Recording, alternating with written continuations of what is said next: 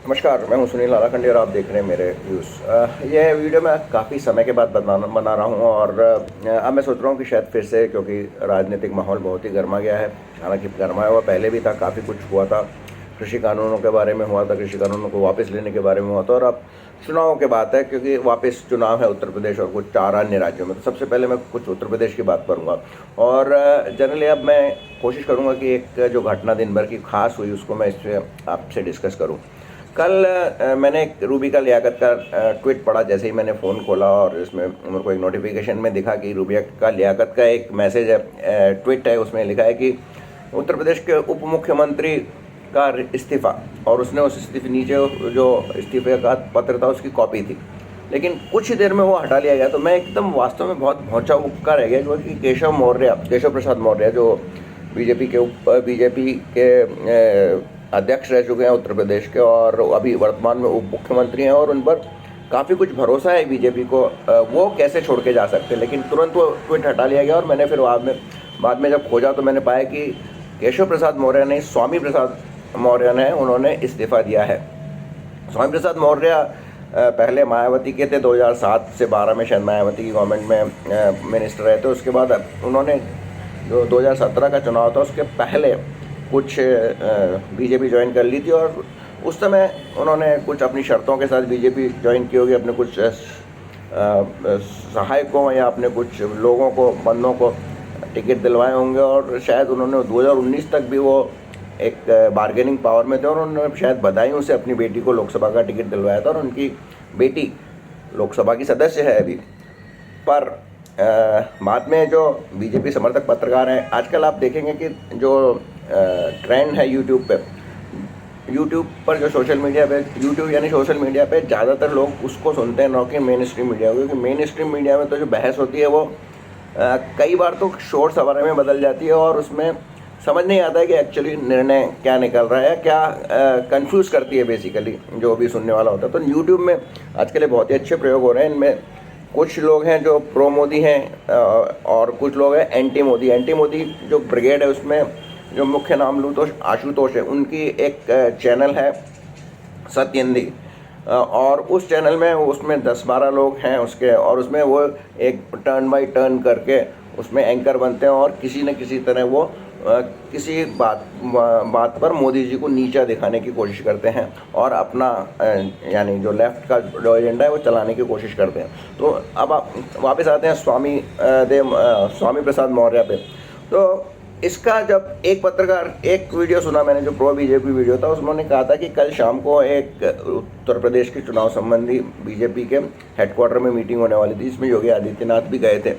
उसमें बीजेपी के एक रिपोर्ट डिस्कस की जाने वाली थी, जिसमें ये था कि जो बीजेपी में इम्पोर्टेड, जब पैराशूटेड जो दूसरे दलों से आए हुए जो एमएलए या एमपी बनाए गए हैं, वो जो मूल बीजेपी के सदस्य हैं उनकी काफ़ी अपमान कर रहे हैं, और बीजेपी के कुछ जो प्रोग्राम्स हैं उनको इम्प्लीमेंट कराने में भी अड़चन पैदा कर रहे हैं। तो इसलिए उनको पुनः टिकट दिया जाए नहीं जाए। मेरे ख्याल से 30 से लेकर 56 तक इनकी संख्या है, जिनमें से 2 या 3 मिनिस्टर भी हैं। तो उसमें डेफिनेटली ये था, इनमें मुख्य लोग जो बीजेपी में रोड़ा अटका रहे थे उनमें स्वामी प्रसाद मौर्य का नाम था, और डेफिनेटली उनका पत्ता उसमें कटने वाला था कि उसको आगे से टिकट नहीं मिलने वाला था, मिनिस्ट्री तो जाती ही जाती।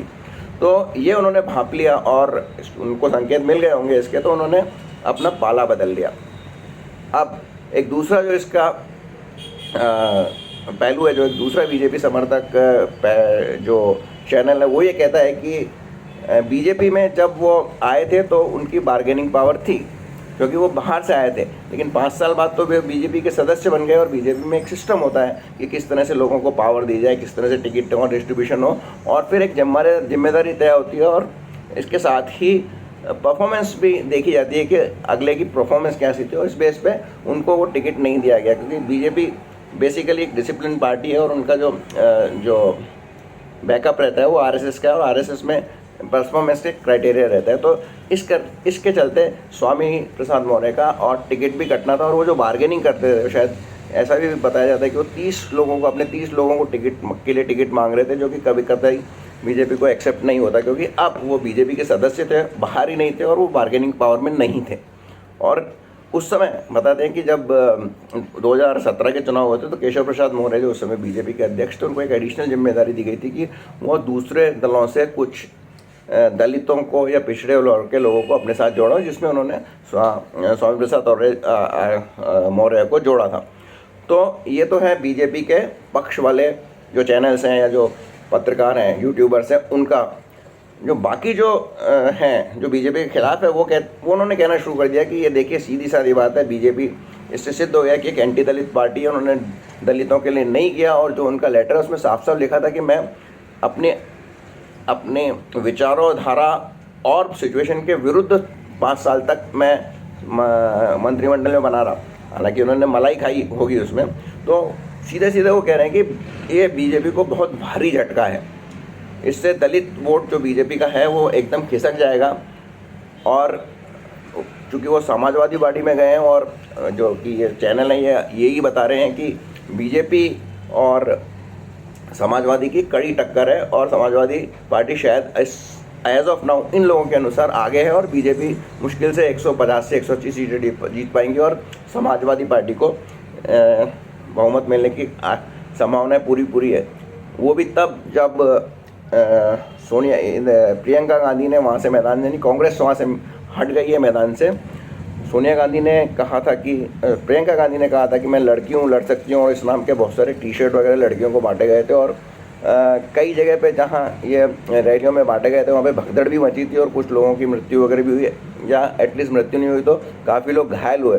तो ये सब के चलते और माहौल को देखते हुए कांग्रेस ने अब आगे वहाँ प्रचार करना बंद कर दिया। बहाना जरूर ये बनाया है कि उन्होंने कोविड के चलते ऐसा किया।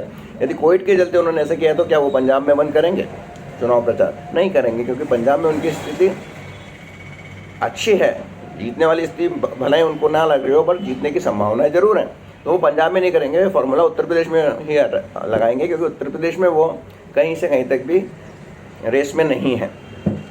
तो मौर्य का क्या असर होगा ये तो आने वाले चुनाव ही बताएंगे। लेकिन मैं एक बार और बताऊं कि आप कई चुनाव पूर्व के अनुमान, प्री पोल एनालिसिस वगैरह के आंकड़े आते हैं, तो इनमें भी ये पक्की बात है कि जो संस्थान सर्वे करती है वो अपने बायस से उसका रिजल्ट दिखाती है और वो उसकी तरह से अपना एजेंडा एक तरह से उन सर्वे के द्वारा बढ़ाने की कोशिश करती है। अन्यथा तो मेरा इन सभी से एक सीधा साधा सवाल है कि जिस दिन काउंटिंग होती है उसके 11 बजे तक, जबकि 8-10 दौर काउंटिंग के पूरे हो चुके होते हैं, तब भी ये इस स्थिति में नहीं होते हैं कि अंत में उनकी क्या उस स्थिति में ये प्रेडिक्ट करने की स्थिति में नहीं होते हैं कि अंत में कौन कितनी सीट जीतेगा। यानी 25-30% मतगणना पूरी हो गई तब भी ये नहीं बता पाते हैं कि अंत में रिजल्ट क्या रहेगा। तो ये कैसे चुनाव के पूर्ण सर्वे करते हैं? केवल अपना एजेंडा चलाते हैं और कहीं ना कहीं